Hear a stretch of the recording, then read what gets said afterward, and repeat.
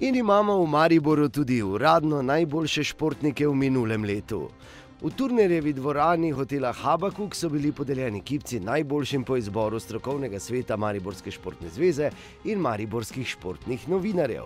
Športnik leta je tako postal tekvondoist Ivan Trajkovič, pri ženskah pričakovano Ilka Štuhec, najboljša ženska ekipa so odbojkarice Nove KBM in najboljša moška ekipa, jasno, naš NK Maribor.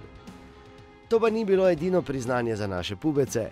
Nagrado za posebne dosežke je dobil tudi naš kapetan. Hvala lepa.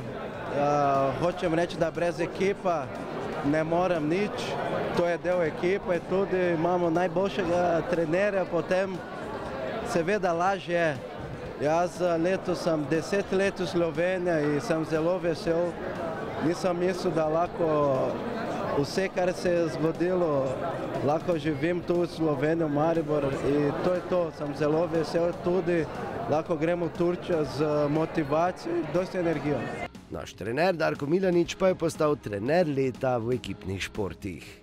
V mestu zmagovalcev je jasno teža takega priznanja zelo velika, tako da sem je zelo vesel. Moram pa hkrati povedati, se me poznate, da je to priznanje tudi za moje sodelavce, za tim, kateri s fanti dela, in jasno, brez fantov, kateri so res vsem nam skupaj ustvarjeno čudovito 2017, ne bi šlo. Zaslužena priznanja za izjemno leto 2017 torej. No, zdaj sledi pot v Turčijo za dobro pripravljenost v lovu na naslov številka 15. Najboljši na planetu.